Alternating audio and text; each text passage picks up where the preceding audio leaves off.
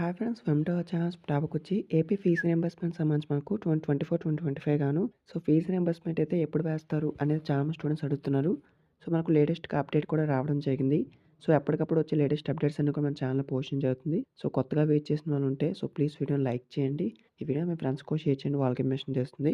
So, అయితే మనకు Andhraprabha news పేపర్‌లో అప్డేట్ అయితే వేశారు. ఇక్కడ చూస్తే మీకు తక్షణం ఫీజు రీయింబర్స్‌మెంట్ వెయ్యాలి అనేది ఇచ్చారు. సో, మనకి ఏదైతే కూటమి పార్టీ అయితే ఉంటుందో సో, చెప్పే మాటలకు, చేసే పనులకు పొంతన ఉండడం లేదు అనేది మనకిస్తున్నారు. సో, 6 నెలలు అవుతున్నా ఇప్పటికి మనకు ఫీజు రీయింబర్స్‌మెంట్ అయితే ఒక్క రూపాయి కూడా విడుదల చేయకపోవడంతో విద్యార్థులైతే నానా అవస్థలైతే పడుతున్నారు.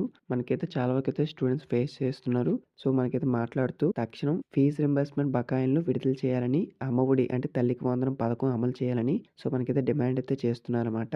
సో, మీరు చూసినాక మనకు తక్షణం ఫీజు రీయింబర్స్‌మెంట్ విడుదల చేయాలి అనేది చాలా మంది స్టూడెంట్స్ డిమాండ్ చేస్తున్నారు. సో, దీని మీద మీరేమనుకుంటున్నారో కామెంట్ చేయండి. సో, ఇదైతే లేటెస్ట్‌గా వచ్చిన అప్డేట్ అనమాట.